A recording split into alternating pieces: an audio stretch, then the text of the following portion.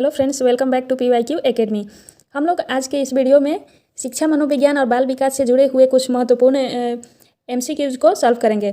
और तो दोस्तों, आज के इस वीडियो में हमने जो भी MCQs को लिया है ये किसी न किसी टीचिंग्स एग्जाम में आ ही चुके हैं, जैसे कि CTET, EPTET, DSSP, KVS जैसे एग्जाम्स से जुड़े हुए क्वेश्चन हैं। तो चलिए दोस्तों, ज़्यादा देर न करते हुए हम लोग अपने प्रश्नों पे आते हैं। हमारा आज का जो प्रश्न है वो पहला प्रश्न है, आधुनिक मनोविज्ञान के जनक माने जाते हैं। तो आधुनिक मनोविज्ञान के जनक किसे माना जाता है? तो इसका राइट आंसर होगा option number 2, William James. William James को आधुनिक मनोविज्ञान का जनक माना जाता है। क्वेश्चन नंबर 2 है, ईगो लिबिडो का अर्थ है। तो ईगो लिबिडो का क्या अर्थ है? ऑप्शन है आत्मप्रेम, वस्तु लिबिडो, ईगो मनोग्रंथि या फिर ईगो सिंटोनिक। तो ईगो लिबिडो का अर्थ होता है आत्मप्रेम। यह मनोविश्लेषण सिद्धांत से जुड़ा हुआ है दोस्तों, इसलिए ऑप्शन नंबर 1 सही है यहाँ पे।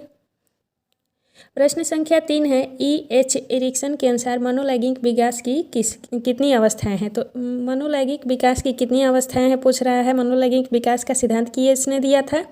तो एरिक्सन ने मनोलैंगिक विकास का सिद्धांत दिया था और अपने इसी सिद्धांत में इन्होंने 8 प्रकार की अवस्थाओं में मानव के विकास को बांटा है, इसलिए ऑप्शन नंबर 1 राइट होता है। अगला प्रश्न है, सुपर ईगो का विकास किस मनोलैंगिक अवस्था में सबसे अधिक होता है? तो सुपर ईगो का विकास किस मनोलैंगिक अवस्था में होगा? ऑप्शन है गुदा अवस्था, अव्यक्त अवस्था, ज्ञानेंद्रिय अवस्था या फिर यौन प्रदान अवस्था। तो सुपर ईगो का जो विकास है वह सबसे अधिक अव्यक्त अवस्था में होता है, इसलिए ऑप्शन नंबर 20 सही है। और यह सुपर ईगो किससे जुड़ा हुआ है दोस्तों, यानी कि इसका सिद्धांत किसने दिया था? तो यह फ्रायड का मनोविश्लेषण सिद्धांत से जुड़ा हुआ है, जिसमें उन्होंने ईगो, सुपर ईगो, 3 प्रकार की ईगो की बात की थी। अगला प्रश्न देखते हैं, किस मनोवैज्ञानिक ने कहा कि चेतन मन के साथ अचेतन मन पर भी ध्यान देना चाहिए? तो यह किस मनोवैज्ञानिक का कथन है? ऑप्शन है JB वाटसन ने, वुडवर्थ ने, टार्डमैन ने या फिर फ्रायड ने। तो यह फ्रायड ने ही कहा था कि हमें अपने चेतन मन के साथ साथ अचेतन मन पर भी ध्यान देना चाहिए, इसलिए ऑप्शन नंबर 4 राइट होता है। फ्रायड ने मनोविश्लेषण का भी सिद्धांत दिया था। अगला प्रश्न भी फ्रायड से जुड़ा हुआ है। फ्रायड के अनुसार असामान्य व्यवहार का मौलिक कारण क्या है? तो फ्रायड के अनुसार असामान्य व्यवहार का मौलिक कारण क्या होगा? ऑप्शन है प्रतिगमन, आंशिक दमन, पूर्ण दमन या फिर कोई नहीं। तो असामान्य व्यवहार का मौलिक कारण जो होगा वह है आंशिक दमन, यानी कि ऑप्शन नंबर बी राइट होता है। अगला प्रश्न है, बाल केंद्रित शिक्षा की अवधारणा मनोविज्ञान के किस संप्रदाय ने दी थी? यानी कि मनोविज्ञान के किस संप्रदाय ने बाल केंद्रित शिक्षा की बात की है? ऑप्शन है गेस्टाल्टवाद ने, संरचनावाद ने, मनोविश्लेषणवाद ने या फिर व्यवहारवाद ने। तो यहाँ बाल केंद्रित शिक्षा की जो बात की थी वो मनोविश्लेषणवाद ने की थी, यानी कि ऑप्शन नंबर सी सही है।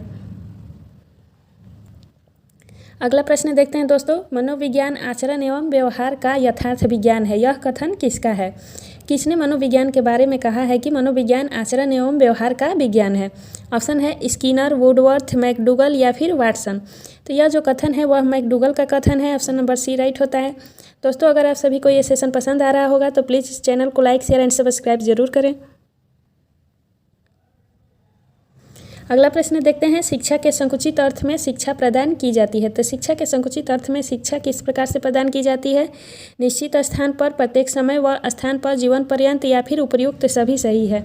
तो शिक्षा का संकुचित अर्थ का यही अर्थ निकलता है कि शिक्षा निश्चित स्थान पर प्रदान की जाती है, यानी कि यह औपचारिक शिक्षा से जुड़ा हुआ है, जिसमें हम शिक्षा किसी निश्चित स्थान पर किसी निश्चित पाठ्यक्रम के द्वारा एक निश्चित लोगों से करते हैं, उसे ही औपचारिक शिक्षा भी कहा जाता है, इसलिए ऑप्शन नंबर 1 राइट होगा यहाँ पे। अगला प्रश्न है, मनोविज्ञान व्यवहार व अनुभव का विज्ञान है, यह कथन है? तो मनोविज्ञान व्यवहार व अनुभव का विज्ञान है, यह किसने कहा है? ऑप्शन है स्किनर ने, वुडवर्थ ने, मैकडूगल ने या फिर वाटसन ने। तो स्किनर ने कहा था कि मनोविज्ञान व्यवहार व अनुभव का विज्ञान है, इसलिए ऑप्शन नंबर ए राइट होता है। अगला प्रश्न देखते हैं दोस्तों, बालकों की रुचि, शारीरिक मानसिक योग्यता तथा विभिन्नताओं का ध्यान किस प्रकार के शिक्षण में रखा जाता है? ऑप्शन है बहुकक्षीय शिक्षण में, मनोविज्ञान शिक्षण में, सामूहिक शिक्षण में या फिर उपरोक्त सभी में। तो यहाँ उपरोक्त सभी होगा, यानी कि बहुकक्षीय शिक्षण, मनोविज्ञान शिक्षण और सामूहिक शिक्षण, ये इन तीनों शिक्षण में बालकों की रुचि, शारीरिक मानसिक योग्यता व विभिन्नताओं का ध्यान रखा जाता है, इसलिए ऑप्शन नंबर डी राइट होता है। अगला प्रश्न है दोस्तों, वर्तमान में शिक्षा मनोविज्ञान किस अवस्था में है? तो वर्तमान में शिक्षा मनोविज्ञान किस अवस्था में है? ऑप्शन है शैशवावस्था, बाल्यावस्था, किशोरावस्था या फिर वृद्धावस्था। तो इसे हम शैशवावस्था कहेंगे। वर्तमान में हमारा जो मनोविज्ञान है वह शैशवावस्था की अवधि में है, इसलिए ऑप्शन नंबर ए राइट होता है। अगला प्रश्न है दोस्तों, निम्नलिखित में से लंबात्मक विधि का अध्ययन किसने किया था? तो लंबात्मक विधि जो है इसका अध्ययन किसने किया है सर्वप्रथम? ऑप्शन है कार्ल सी गैरिसन ने, जॉन ड्यूवी ने, जॉन लॉक ने या फिर कोई नहीं। तो यहाँ कार्ल सी गैरिसन जो होगा इन्होंने ही लंबात्मक विधि का अध्ययन किया था, इसलिए ऑप्शन नंबर ए राइट होता है। प्रश्न देखते हैं दोस्तों, आधुनिक काल में एक परिवर्तन हुआ है। मनोवैज्ञानिकों ने धीरे धीरे अपने मनोविज्ञान को दर्शन शास्त्र से पृथक कर लिया। यह कथन किसका है? यह किसने कहा है कि आधुनिक काल में एक परिवर्तन हुआ है? वह परिवर्तन क्या हुआ है? तो मनोवैज्ञानिकों ने धीरे धीरे मनोविज्ञान को दर्शन शास्त्र से पृथक कर लिया। तो यह किसने कहा है? ऑप्शन है रायबर्न ने, ड्यूवी ने, एमविल ने या फिर गैरिट ने। तो यह जो कथन है वह रायबर्न का कथन है। फ्रेंड्स, हम ये भी बता देते हैं कि मनोविज्ञान जो है वो पूर्व में दर्शन शास्त्र की ही एक शाखा है। दर्शन शास्त्र से ही अलग करके मनोविज्ञान को व्यवहार का विज्ञान बनाया गया है। हमारा अगला प्रश्न है, निम्नलिखित में से मनोविज्ञान को मन का विज्ञान किसने कहा? मनोविज्ञान को मन का विज्ञान किसने कहा है? ड्यूवी ने, डगलस ने, पोस्टोलॉजी ने या फिर स्किनर ने। तो पोस्टोलॉजी जो होंगे इन्होंने ही मनोविज्ञान को मन का विज्ञान कहा है, ऑप्शन नंबर सी राइट है। अगला क्वेश्चन है दोस्तों, प्लेवे पुस्तक के रचयिता हैं। प्लेवे पुस्तक के रचयिता कौन है? फ्रायड हैं, वाटसन हैं, मन हैं या फिर हेनरी काल्डवेल कुक हैं। तो हेनरी काल्डवेल कुक को ही प्लेवे यानी कि खेल विधि का भी जनक कहा जाता है, इसलिए ऑप्शन नंबर डी राइट होता है यहाँ पर। अगला प्रश्न है, निम्नलिखित में से शिक्षा का केंद्र बिंदु है। तो शिक्षा का केंद्र बिंदु कौन है? शिक्षक है, विद्यालय है, बालक है या फिर उपर्युक्त सभी है। तो यहाँ शिक्षा का जो मुख्य केंद्र बिंदु होता है वह बालक होते हैं। बालक को ही केंद्र में रखकर हम शिक्षा देते हैं या फिर ग्रहण करते हैं, इसलिए ऑप्शन नंबर सी राइट होता है। अगला प्रश्न है दोस्तों, किस विधि में प्रयोग के दौरान व्यक्ति का मस्तिष्क दो भागों में विभाजित हो जाता है, जिसमें एक भाग निरीक्षण करता है और दूसरा भाग का निरीक्षण किया जाता है? एक भाग जो है वह निरीक्षण करता है और दूसरा भाग का निरीक्षण किया जाता है। तो वह कौन सी विधि है? अंतर्दर्शन विधि, जीवन इतिहास विधि, प्रयोगात्मक विधि या फिर चरित्र लेखन होगा। तो यहाँ अंतर्दर्शन विधि के द्वारा ही हम मस्तिष्क को दो भागों में विभाजित करके एक भाग का उसका निरीक्षण करते हैं दूसरे भाग के द्वारा। अगला प्रश्न है, स्किनर किस देश के वैज्ञानिक थे? तो स्किनर जो हैं वो किस देश के वैज्ञानिक थे? ऑप्शन है जापान के, अमेरिका के, इंग्लैंड के या फिर इटली के। तो स्किनर महोदय जो हैं यह अमेरिका के निवासी थे, इसलिए ऑप्शन नंबर बी राइट होता है। अगला प्रश्न है दोस्तों, व्यवहार के निरीक्षण द्वारा किसी के मानसिक दशा का पता लगाना किस विधि की विशेषता है?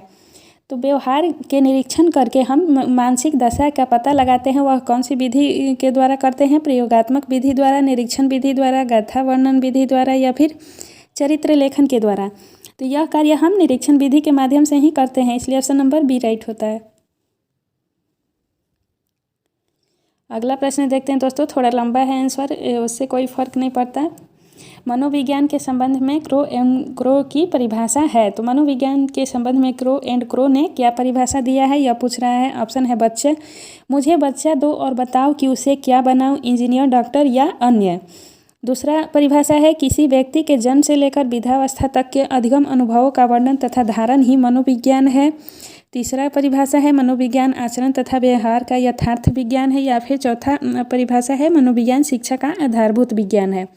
तो मनोविज्ञान की कौन सी परिभाषा क्रो एंड क्रो ने दी है? तो ऑप्शन नंबर बी राइट होगा। यहाँ दोस्तों सही से कर देते हैं, ऑप्शन नंबर बी राइट होगा। क्रो एंड क्रो ने कहा है कि किसी भी व्यक्ति के जन्म से लेकर वृद्धावस्था तक के अधिगम अनुभवों का वर्णन तथा धारण ही मनोविज्ञान है।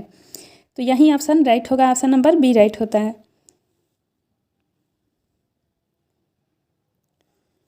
अगला प्रश्न है, मनोविज्ञान को आत्मा का विज्ञान किसने कहा है? तो ऑप्शन है अरस्तु ने, वाटसन ने, रूसो ने या फिर वुंट ने। मनोविज्ञान को आत्मा का विज्ञान अरस्तु ने कहा है, ऑप्शन नंबर ए राइट होता है। अगला प्रश्न देखते हैं दोस्तों, मनोविज्ञान के संबंध में स्किनर की परिभाषा पूछ रहा है कि मनोविज्ञान के संबंध में स्किनर ने क्या परिभाषा दिया है। चलिए देख लेते हैं ये भी। पहला परिभाषा है, मुझे बच्चा दो और बताओ कि उसे क्या बनाऊं, इंजीनियर, डॉक्टर या फिर अन्य कुछ बनाऊं। दूसरा परिभाषा है, किसी व्यक्ति के जन्म से लेकर वृद्धावस्था तक के अधिगम अनुभवों का वर्णन तथा धारण ही मनोविज्ञान है। तो दोस्तों ये तो हमने पहले क्वेश्चन देख लिया है कि यह परिभाषा किसका है, क्रो एंड क्रो का है। तीसरा परिभाषा देखते हैं, मनोविज्ञान आचरण तथा व्यवहार का विज्ञान है। या फिर चौथा परिभाषा है, मनोविज्ञान शिक्षा का आधारभूत विज्ञान है। तो यही परिभाषा स्किनर ने दिया है कि मनोविज्ञान जो है वो शिक्षा का आधारभूत विज्ञान है, इसलिए ऑप्शन नंबर डी राइट होता है। अगला प्रश्न है दोस्तों, शक्ति मनोविज्ञान का प्रतिपादन किसने किया है। शक्ति मनोविज्ञान का प्रतिपादन किसने किया है, शायद ये प्रश्न आप पहली बार सुन रहे होंगे, तो चलिए कोई बात नहीं, याद कर लीजिए, आज से आगे से आप याद रखिएगा इसे। शक्ति मनोविज्ञान का प्रतिपादन किसने किया, ऑप्शन है वाल्फ ने, टाइडमैन ने, वुंट ने या फिर टिचनर ने।